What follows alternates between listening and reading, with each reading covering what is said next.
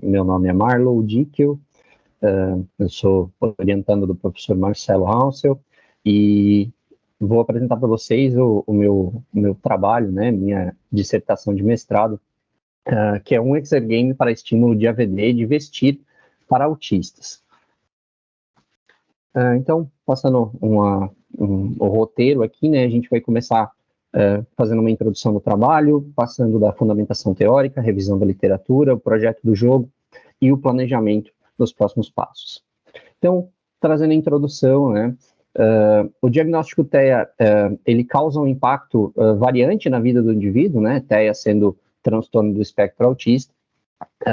As AVDs, atividades de vida diária, estão entre as grandes dificuldades deles, e já é visto que jogos sérios são um bom caminho a se trabalhar isso, mas ainda há necessidade de mais estudos. Os Exergames, que são um tipo de jogo sério, já possuem bons resultados, incluindo no público TEA, e aí, com isso como base, a gente pensou, né, a nossa ideia é pensar como pode ser um Exergame para auxílio à estimulação do público TEA sobre AVDs. Então, o objetivo geral desse trabalho é desenvolver um jogo sério ativo, um Exergame, para estimular pessoas com TEA na execução de uma AVD. E como objetivos específicos, nós temos identificado a literatura, como são os Exergames de estímulo às AVDs para TEA, projetar e desenvolver um Exergame com apoio de especialistas para estimulação do público TEA na execução de uma AVD e avaliar o Exergame desenvolvido.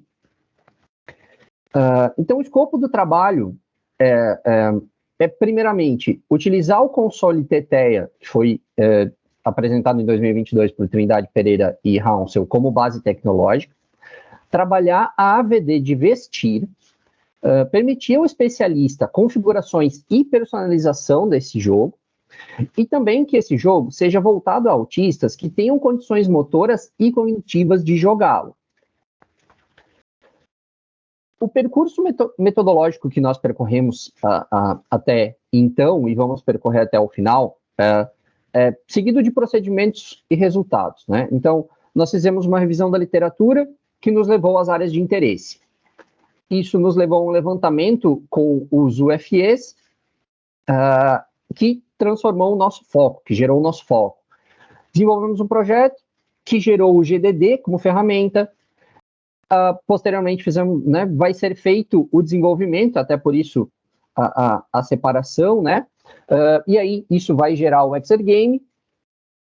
Faremos o planejamento de uma avaliação para chegar nos instrumentos dela, a avaliação realizada vai gerar dados, e a análise desses dados vai fechar, né, o ciclo da dissertação. Então, a partir daqui, trazendo a fundamentação teórica, primariamente sobre o transtorno do espectro autista, né? Ele é um distúrbio do neurodesenvolvimento que causa certos déficits persistentes na comunicação social e na interação social, em diversos contextos, e apresenta nos indivíduos que a possuem padrões restritos e repetitivos de comportamento, ou de interesses, ou de atividades. Uma pessoa com TEA é considerada no Brasil como uma pessoa com deficiência para todos os efeitos legais, isso desde 2012, por lei, né? Os sintomas são percebidos já na primeira infância, mas em alguns casos podem se apresentar apenas mais tarde, né? E não é uma doença, então, consequentemente, não existe uma cura, existe sim acompanhamento e tratamento, né? As atividades de vida diária, as AVDs, né, são ações básicas de cuidado com o próprio corpo.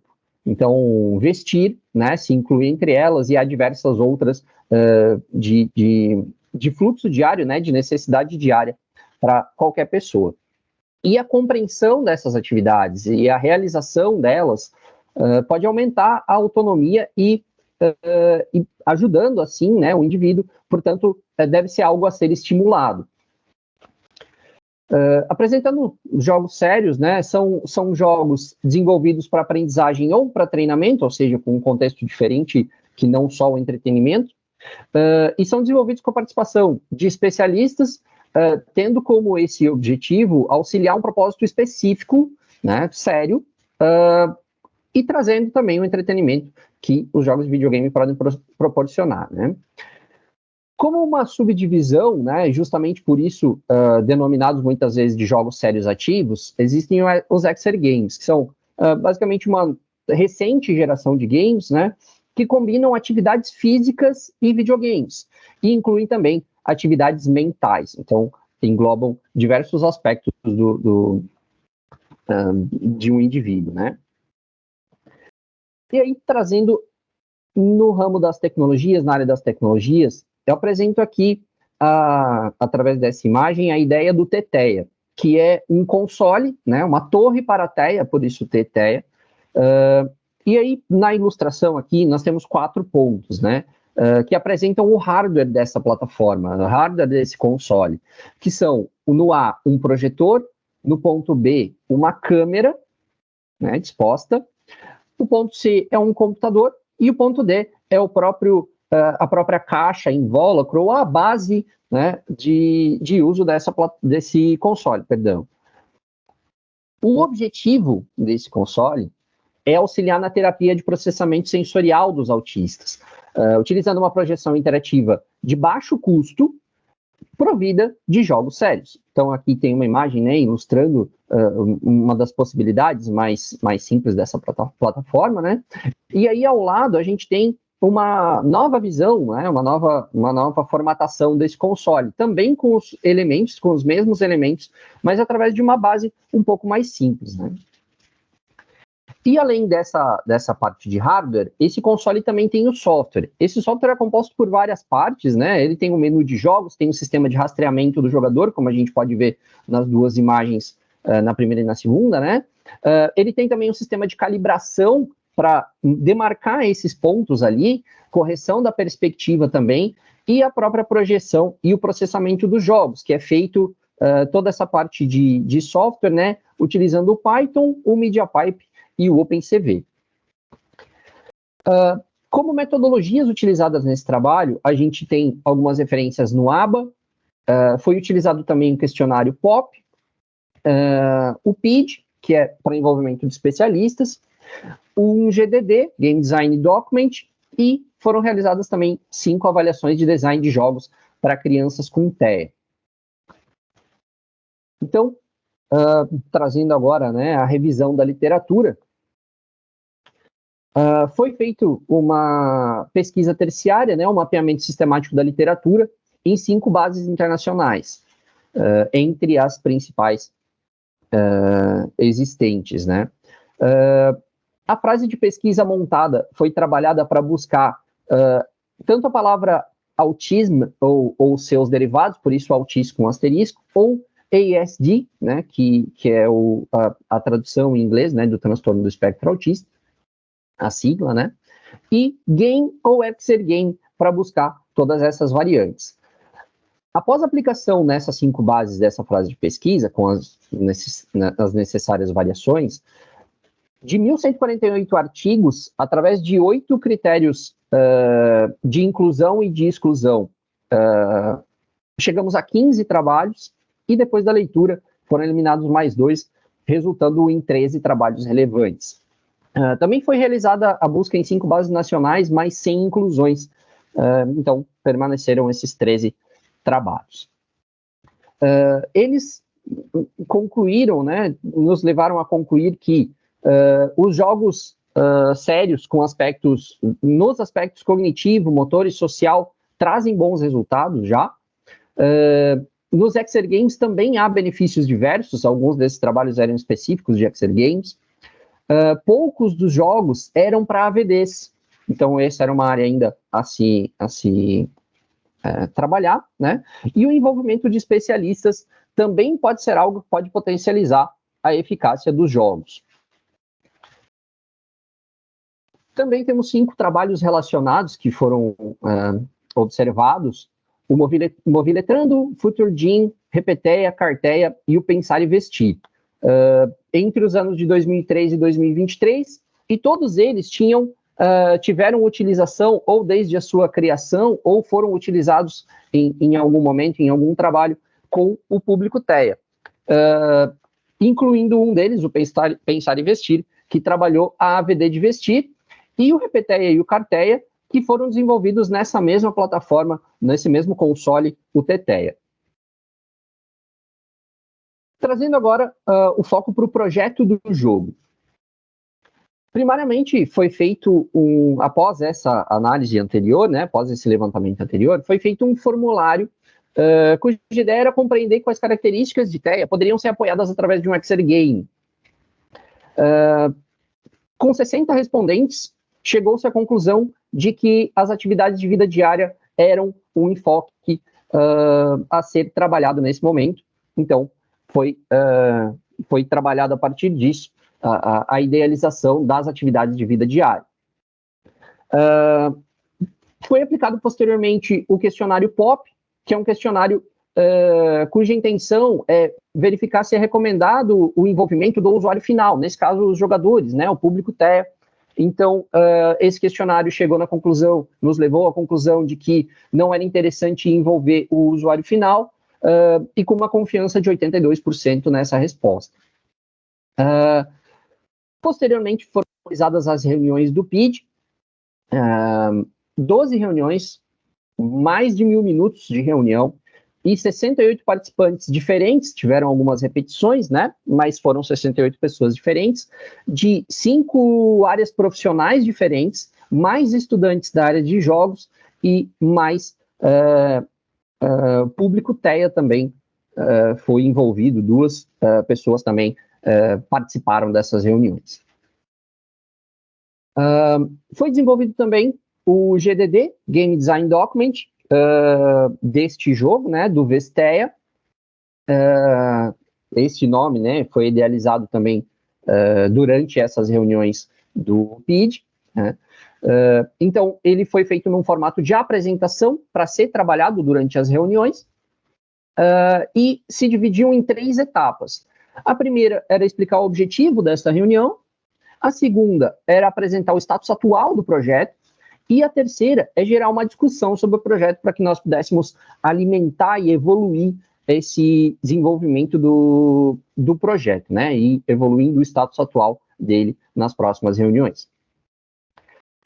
Com essas reuniões, nós chegamos aos requisitos necessários, aos requisitos desejáveis e às preocupações. Então, aqui tem várias situações, né, nesses aspectos, mas um dos pontos bastante relevantes foi uma das preocupações, a preocupação que aparece mais embaixo ali, que é de não caracterizar o jogo como um treino de AVD.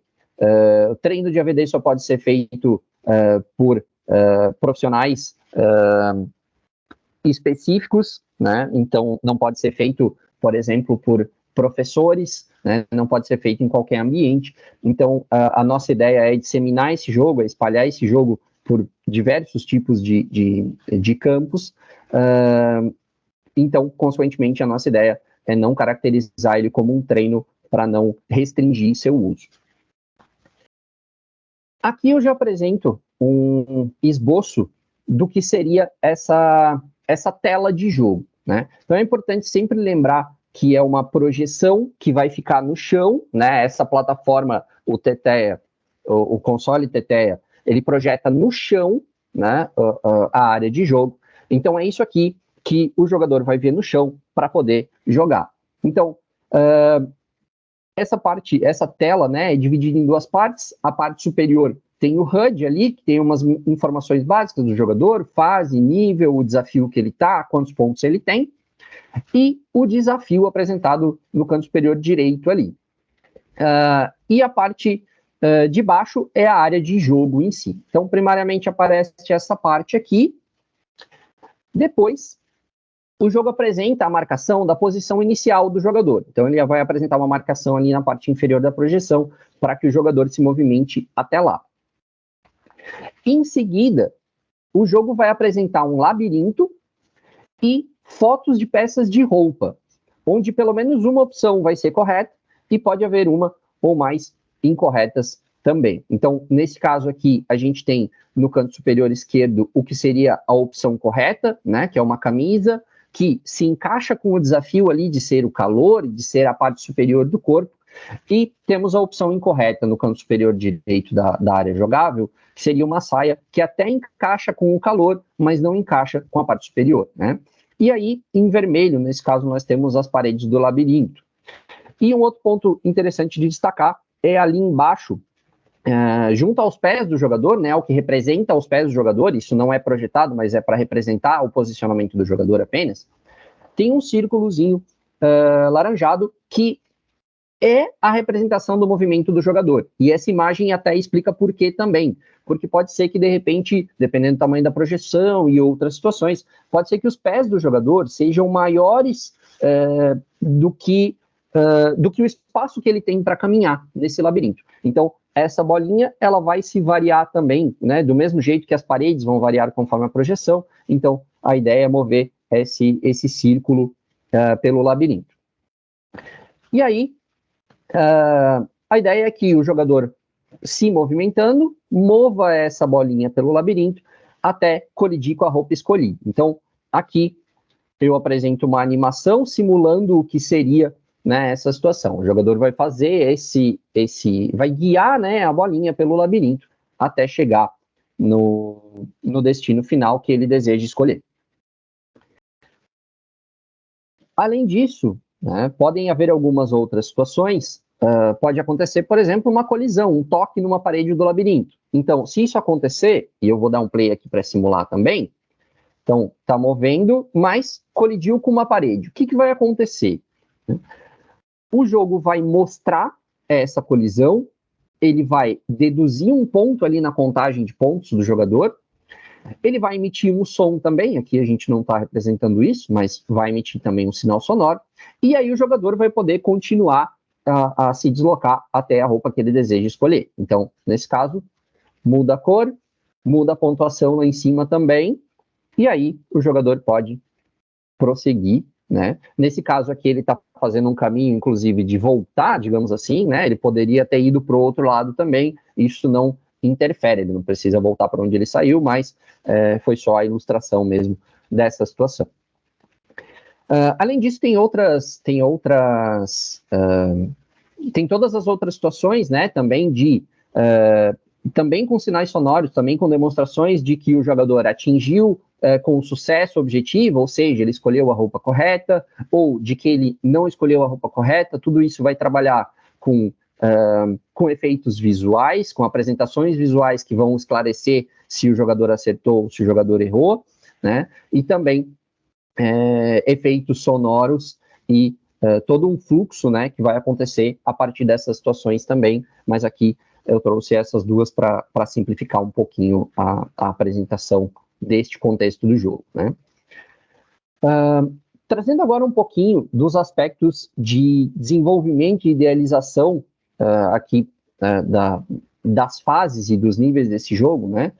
Levando em consideração a dificuldade especificamente, posso começar pelo desafio, né, que define o tipo da vestimenta. Então, eu posso trabalhar com o clima, eu posso trabalhar com a ocasião, né, onde representadas ali, por exemplo, como natação, escola, e a parte do corpo, representada nas duas imagens de baixo ali.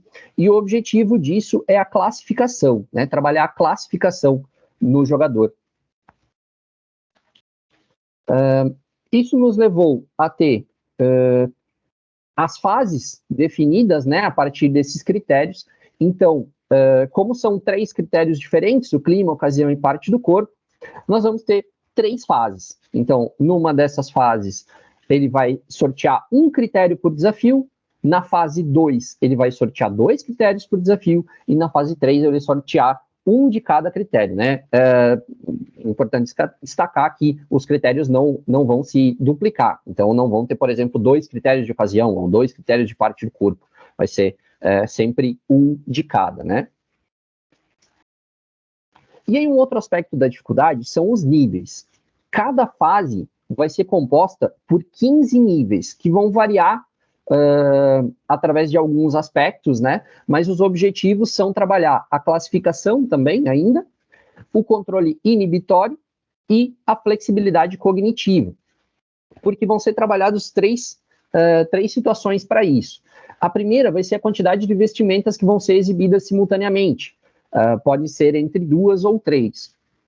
O segundo aspecto é a quantidade de opções de vestimentas corretas. Pode ser que haja uma vestimenta correta ou pode ser que haja 2 vestimentas corretas. E a dificuldade do labirinto também. Então, isso vai ser configurado na criação, o jogo vai ter vários labirintos diferentes e em dificuldade crescente, esse labirinto vai exigir menos ou mais movimentação do jogador. Sobre a pontuação do jogo.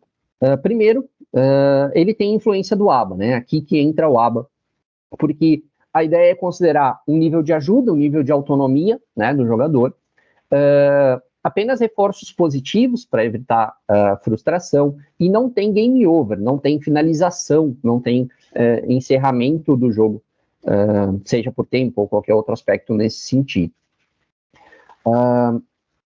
A pontuação, ela é dividida em 2 partes. Nós temos a pontuação cognitiva e temos a pontuação motor. A pontuação cognitiva, ela vai de 0 a 10, assim como a motor. Mas na cognitiva, a análise é sobre o acerto ou erro da roupa. Então, se acertar a roupa sem ajuda nenhuma, ganha 10 pontos. Se acertar com ajuda, 5 pontos. Se errar, não ganha pontuação. E os pontos motores, esses sim, vão trabalhar com 10 pontos iniciais, e a cada colisão que o jogador tiver no labirinto, vai reduzindo 1 pontinho até chegar a 0 pontos. Mas, né, não existe uma pontuação negativa, então por isso que a gente fala do reforço apenas positivo. Isso, calculado, vai gerar uma transição automática de fase e de nível. Primeiro, obviamente, entre os 15 níveis, e ao fim do 15º nível, ele migra, né, para a fase seguinte também. Então, se essa pontuação, se o cálculo daquela pontuação atingida for de 75% ou mais do possível, dentro do possível, o jogador vai avançar para o próximo nível. Se ficar entre 25% e 75%, ele permanece, e se ficar abaixo disso, ele retrocede um nível. Alguns aspectos aqui para o profissional e para quem estiver acompanhando, né, esse jogo. Então, vão haver vários controles onde essa pessoa vai poder avançar, voltar ao nível, vai poder controlar o feedback de som, vai poder controlar uma música de fundo, vai poder controlar até o feedback visual da parte superior ali, os detalhes extra, né, de dados ali do jogador, o HUD mesmo. E, obviamente, sair do jogo, ver essas teclas de atalho, né, para não precisar decorar. Então, tem todos esses apoios para o profissional poder acompanhar melhor o jogo. E para adequar também melhor para o jogador, claro. Aqui, eu apresento a ideia da tela inicial, né, que o profissional vai acessar. Então, essa não é para o jogador, né, não é o jogador que vai fazer isso, mas sim o profissional. Então, vão haver essas opções de jogar. Vai haver um tutorial que esse vai explicar para o jogador vai jogar umas fases simplificadas para entender como funciona o jogo. Vai haver a configuração do jogo como um todo, que vai servir para todas as pessoas, para todos os jogadores, e uma caracterização do jogador, que vai servir só para aquele jogador. E, claro, vai poder sair do jogo também. Falando um pouquinho mais sobre essas configurações, de uma forma simplificada, né, de uma forma reduzida, a ideia seriam essas configurações. Então, configurar, por exemplo, a cor da parede do labirinto, né? De repente aquele vermelho não ficou legal, um outro tom pode ficar mais interessante, então isso é configurável. Até em termos da projeção, né? Pode ser que dependendo do ambiente, uma cor diferente seja exigida e fique com um contraste melhor e mais fácil de se perceber. E o ponto do jogador também, que é aquele pontinho laranja que foi se movimentando, né, nas ilustrações, que se troque por uma outra cor ou até por uma imagem a critério do jogador, também a critério do profissional, melhor dizendo, né, mais especificamente. E as caracterizações do jogador, que vão servir só para o jogador que estiver usando naquele momento, pode-se trabalhar, se for trabalhar a localização de escola, né, que se trabalha a cor do uniforme, onde se pode dizer se esse jogador estuda ou não, pode ser que, né, de repente não vá para a escola, e qual seria a cor do uniforme mais adequada se ele vai para a escola. Além disso, pode ativar e desativar o som, pode-se trabalhar os tempos do jogo. O jogo tem algumas temporizações, né, para, por exemplo, fornecer uma ajuda para o jogador. Então, esse tempo pode ser controlado em 3 níveis, né, em 3 variações. E também a referência do movimento. Por padrão, a ideia é que seja o meio dos pés. E aqui eu, inclusive, destaco que todas as partes em negrito, né, são as opções padrão, ou seja, não é obrigatório fazer essa configuração. Ele vai ter as configurações padrão, o jogador e o profissional podem ir mais diretamente para o jogo. Mas se quiser variar, tem essas opções. E na parte do movimento, né, o principal é o meio dos pés, mas também pode escolher apenas um dos pés ou também uma das mãos. Se for um jogador, por exemplo, que engatinha, né, eu consigo reconhecer também esse aspecto. Além disso, a gente tem a possibilidade da configuração da partida também, onde o profissional, antes de iniciar a partida, pode selecionar os critérios de desafio que vão aparecer para esse jogador. Dentro de corpo de clima e de ocasião, ele vai aparecer sempre a opção de nenhum ou todos, e algumas opções que podem ser marcadas e desmarcadas para definir quais desses aspectos serão parte dos desafios, né? Então, nesses casos aqui é importante destacar, né, que pelo menos uma das coisas tem que estar fora do nenhum, né? Pelo menos um dos 3 desafios tem que estar fora do nenhum. Mas que isso também vai fazer, por exemplo, que só haja uma fase. Vão haver os 15 níveis daquela fase, mas se o profissional escolher, por exemplo, eu quero trabalhar só o corpo, então ele pode escolher no corpo o que ele quiser trabalhar, e na parte de clima e de ocasião ele pode colocar em nenhum, e aí, consequentemente, ele vai ter uma fase com os 15 níveis para trabalhar só a parte do corpo. Então, personalizando também para as dificuldades que forem reconhecidas de cada jogador.